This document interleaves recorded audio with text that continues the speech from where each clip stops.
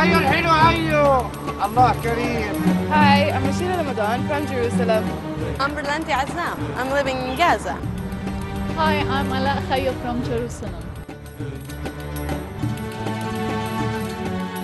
Hi, Nagham. How are you?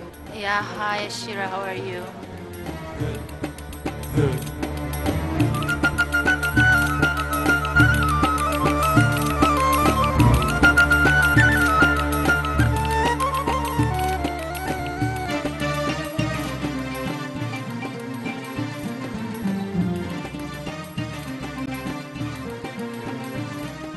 Now we're in Al-Eizariya town, West Bank town, and I'm also going to go to Abu Dis. I need to film some footage for a movie that's being done for the Center for Jerusalem Studies, which is part of Al-Quds University. So today I need to take footage and interviews with people in Al-Quds University. And Al-Eizariya used to take around 15 minutes from the old city of Jerusalem until you get here, but then the Israeli separation apartheid wall was constructed, and it divides between Palestinian land of Al-Eizariya, and on the other side it's At-Tur, which is another Jerusalemite city. Al-Eizariya and Abu Dis were always considered as parts of Jerusalem. Hello? ازيك بابا؟ أنا بصور، بكلمك كمان 5 دقايق. لا هيني هاليوم احسن كتير حبيبي. Okay بابا باي. And now we're just passing to Al-Eizariya, and you're gonna see the wall in a second. So this road was the main road that takes you from Al-Eizariya, Abu Dis, into Jerusalem.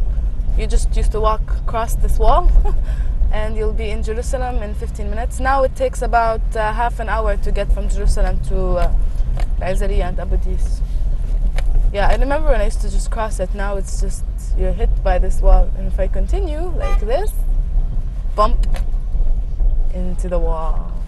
So this is the wall that surrounds Al-Quds University. Also, I didn't mention to you, my mom also works in Al-Quds University. She works in the college in Jerusalem. She's associate dean. I think I went the wrong way. Anyways, also Jalal studies here, so I'll see him too.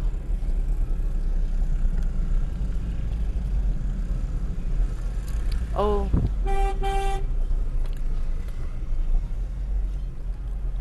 Yep, here we are at Al-Quds University.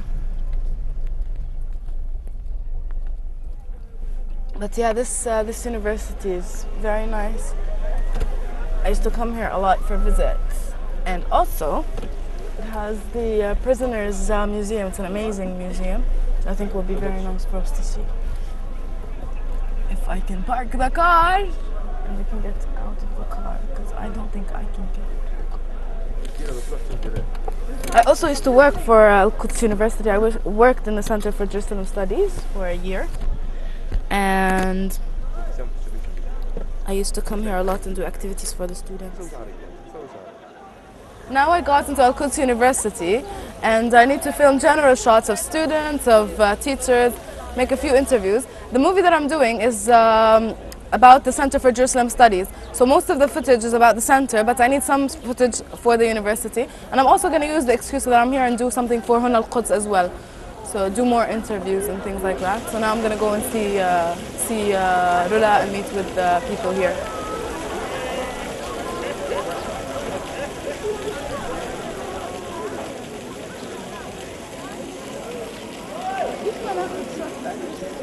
So tell me, how many students do you have in the university, for example? Well, we have around 12,000 students from all Palestinian districts. Mm-hmm.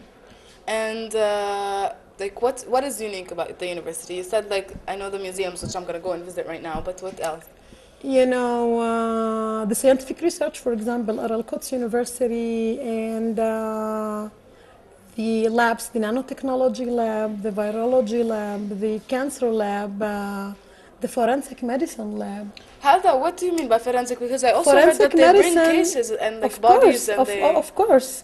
It's the only one actually accredited to the Palestinian Authority. So كل All the dead bodies arrived all to the dead Al-Quds bodies University. actually killed bodies sometimes, yes.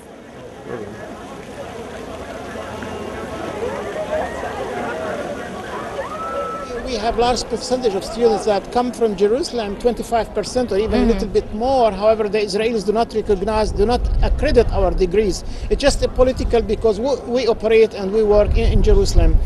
And this is a problem because the graduate student, when he from Jerusalem, especially when he finishes his degree and he goes back to Jerusalem, and wanted to work whether in the health sector or in the educational sector as teachers, and know that 40% of the schools in Jerusalem are run by the Israelis, like the municipality of Israel or the Ministry of Education there.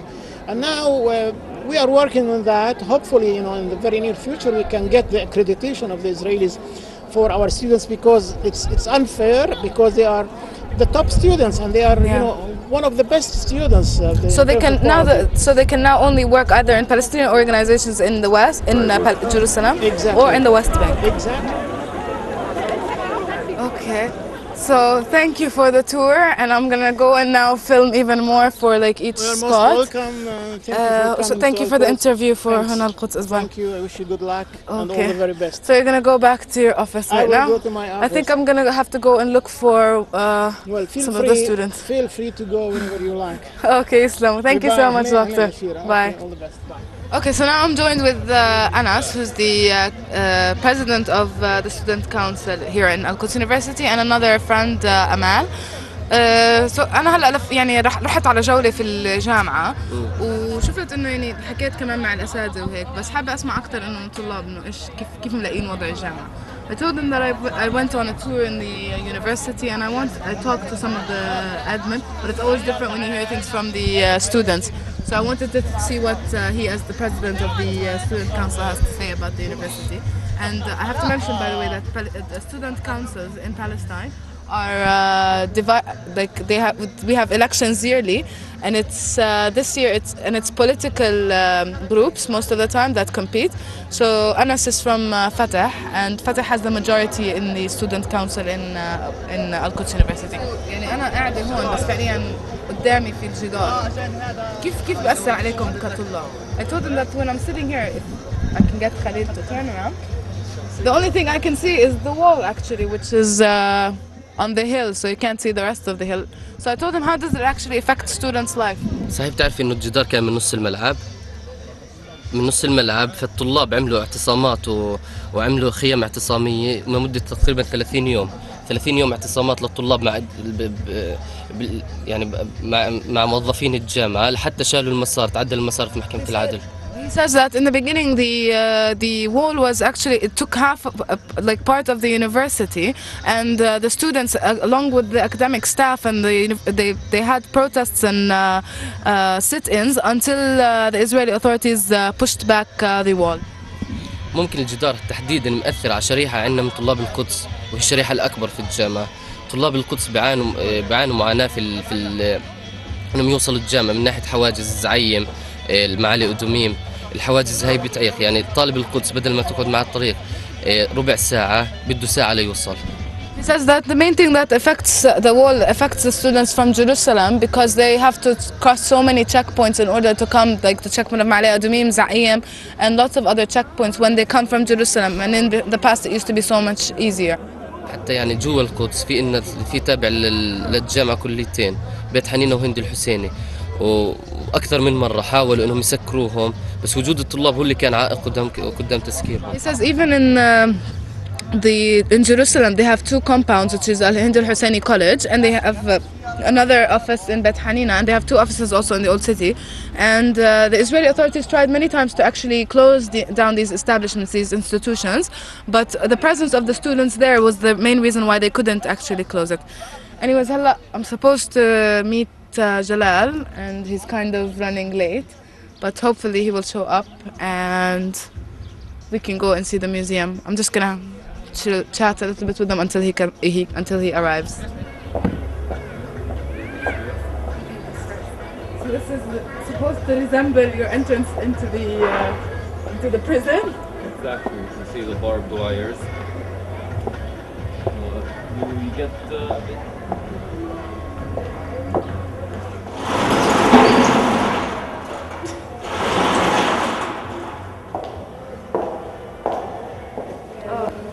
a list of all the prisons.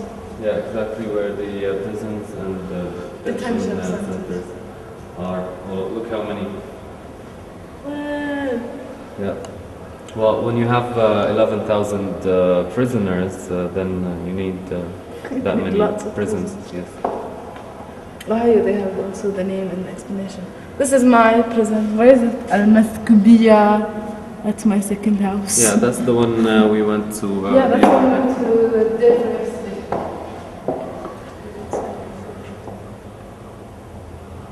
So, does this give you flashbacks about when you got arrested? All those pictures? Let me show you the. Okay, close enough. So when I was 16 and I was beaten up, it looked more like this.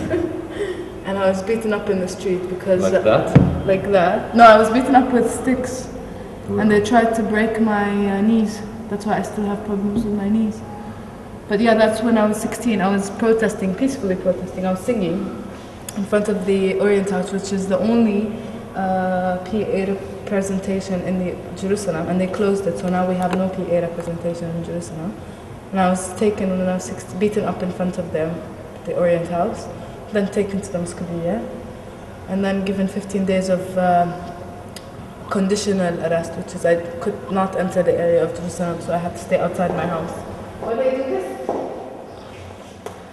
Forms of torture Inside the Israeli jails. I can bet you my life on it. It's more than 176. Urging towards suicide, beating the legs, back bending on tables, violent shaking, brutal beating leading to death. I don't want to read this one. Pressing on the testicles and beating them. Cursing the mother, the sister, and the wife. I had the cursing, the family cursings. Spraying with tear gas. Suffocation. From seeing the sun for many months. Pressing on the stomach while lying down. But no, these are, I think... Beating your head against the wall. Beating with gloves. This is where this is mine. That's the worst. Not the worst, but this was one of the things that they did to me, which is called shabah. For, like, you sit in interrogation rooms for hours and hours and hours and hours. And you're just sitting on a small chair. You're not actually sitting. You're not sitting, like it's like, it looks like this. The chair is a lot smaller than what I am, so I'd be like this. And I'd have to, the chair is so small that I can't sit. So you have to hold your pressure on your knees. And if you like get tired, then your hands would like almost break from the pain because they're handcuffed and your legs are handcuffed. But yeah, I realized when I was there in the interrogation why I was taken. And it was because I was working for an Israeli-Palestinian South African radio station called Ram FM. And I did interviews along with my South African colleagues. People have to go from here. Yeah, but maybe we should... That's the last one. So these are examples of the letters that the prisoners send out of prison. I was very lucky that I only spent 3 days, but there are people who spend life sentences, years and years in prison. And how they get the prisons, like these letters, as you can see, they're like small, tiny handwriting, call them capsules. And how they take them out of prison is using these. So this is like the paper, you see it after it's folded, and this is how they make them. Like they wrap them into small capsules and they send them out either with lawyers, either with family members who they visit, so they can send letters. So I would kiss the ground of my cell as it's part of my homeland. I don't know if I would kiss my cell. It was terrifying. I still have nightmares about myself.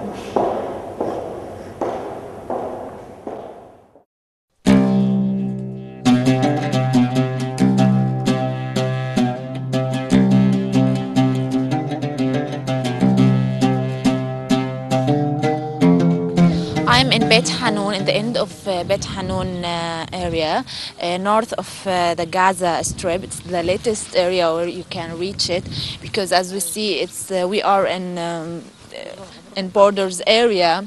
As we see here, 1 kilo we can find Majdal, and with the far away just 1 kilo and a half, and here 2 kilo in this side, we can find the Sdeirot.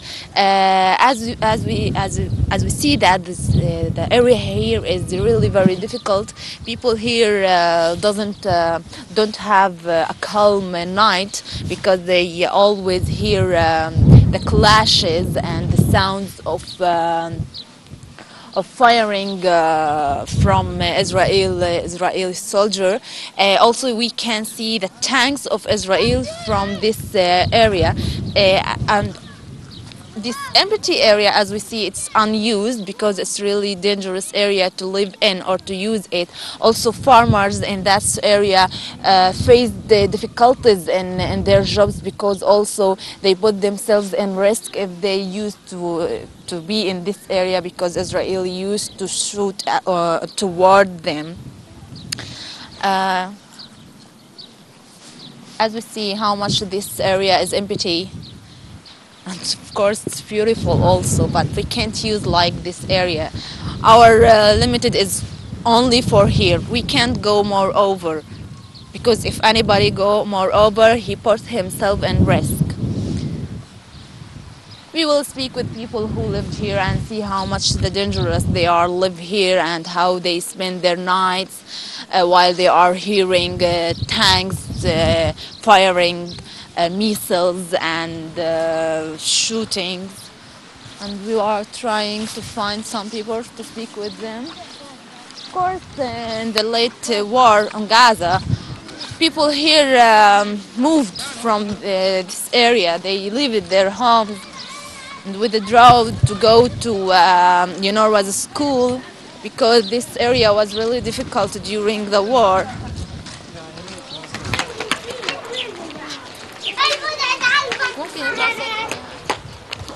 So as we see, this area is a residential area and there are people who are living here freely and they have the right to live as they want and to not feel in risk or that their life is in dangerous.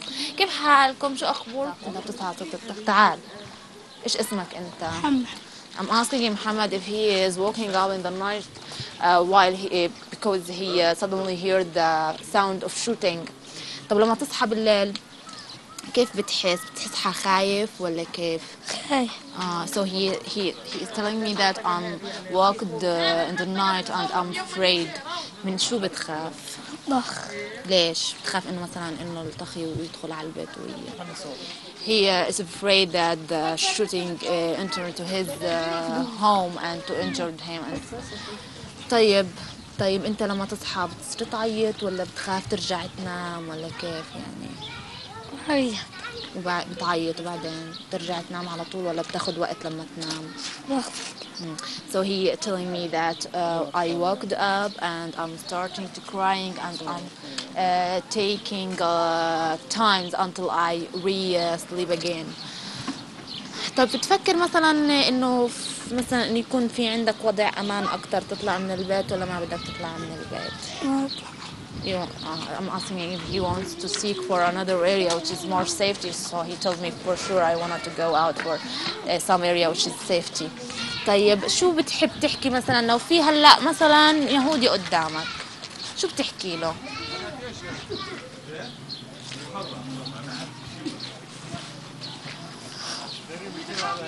شو مثلا بتقول له انه ما تطخ يعني ايش؟ لا تطخ. ايه؟ لا طخ. ما يطخش عليك. طيب so I'm asking her if there is an Israeli soldier in front of him what you message to him, so he told me don't shooting. طيب ايام الحرب كيف انت قضيت الحرب؟ كيف كانت؟ طخ.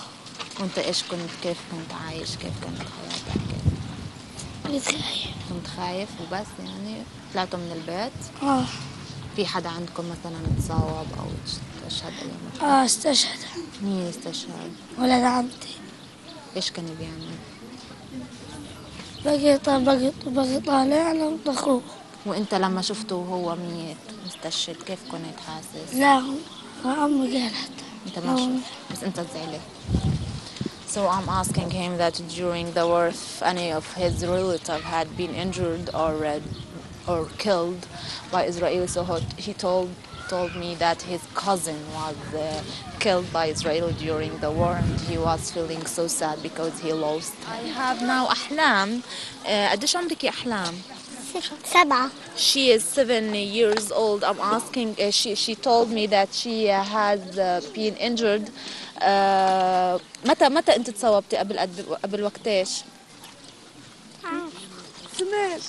يعني قبل سنة سنتين. 5 سنين. طيب.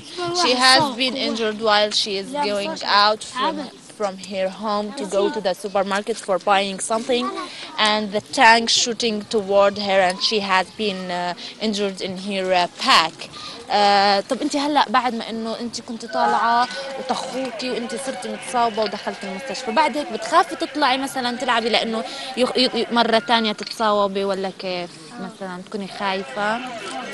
أو بتكوني خايفة وأنت طالعة وبدك تلعبي، بتخافي وأنت بتلعبي.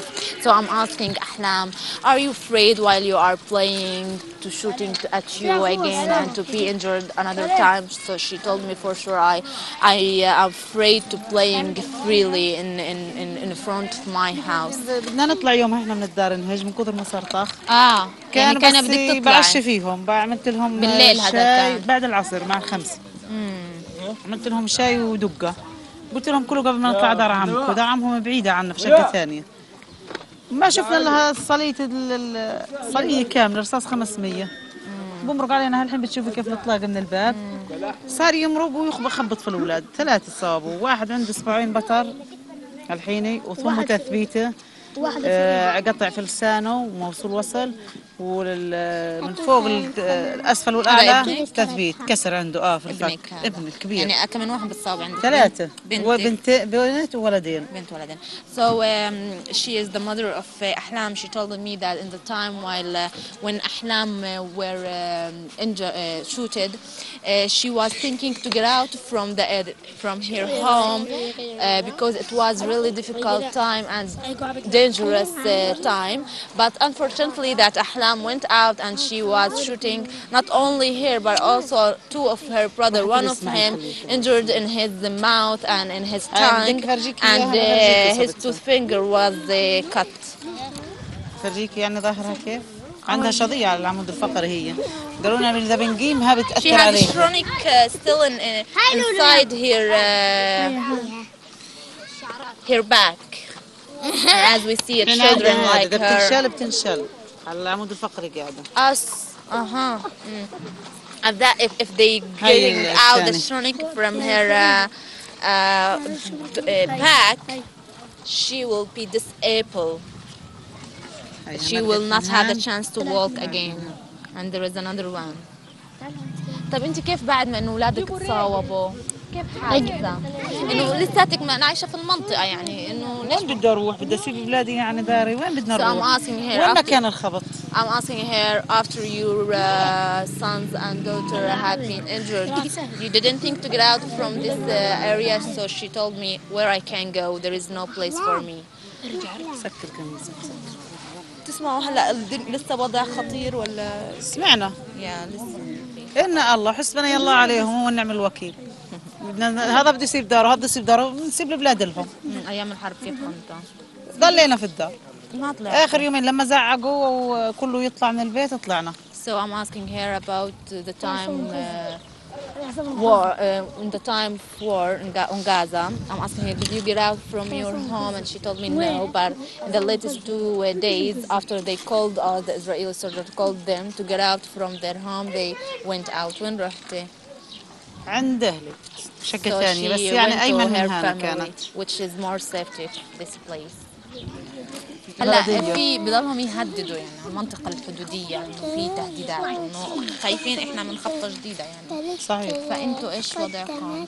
إن الله نطلع بطلعش، أنا عيلتي 11 نفر، ما حد بيحمل الثاني في هالوقت، يعني كل من هو يلا يحاله. So I'm asking her, 11 نفر وين بدنا نروح؟ إن الله. Future that Israeli is threatening to make another invasion in Gaza. So she told me, no, I will not go out from my home because I don't have another place. So she is, as we see that, the places where the shooting entered from the door, inside the house, and they were sitting in the house when the Israeli shooting toward them. صار الرصاص يخبط في الحيطان وفي الكراسي، كان هنا نلاقي طقم كراسي 10 كراسي كلهن راحن تفسخ. ابني الكبير بقى واقف هنا بيشرب كوبايه الشاي بيقول يابا يابا عندهم اليهود طخونا وموتنا ياسين. هذا الكبير قال له يابا تخافوش بس اقعد.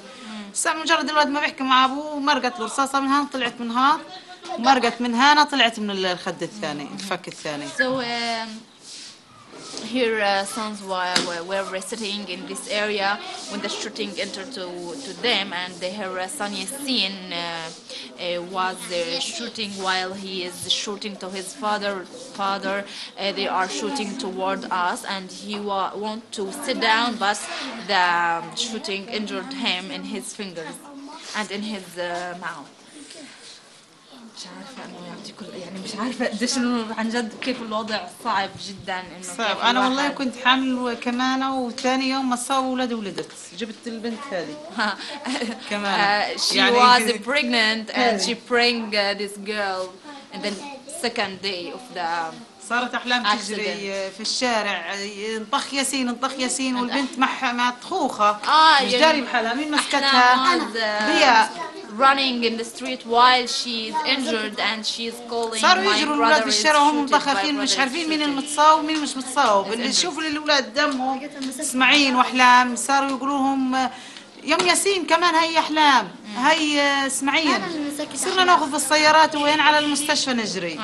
So she took her sons and take them to the hospital immediately. So as we see, this area is empty of is full of children, little children who have the right to live freely, play freely, and to live like other children in the world. They have the innocence in their faces, and they don't deserve the tragic life which they are living in this area. We are trying to send their messages and for others to hear them and to see how much they are really need the life in good way and in the free. Thank you for today.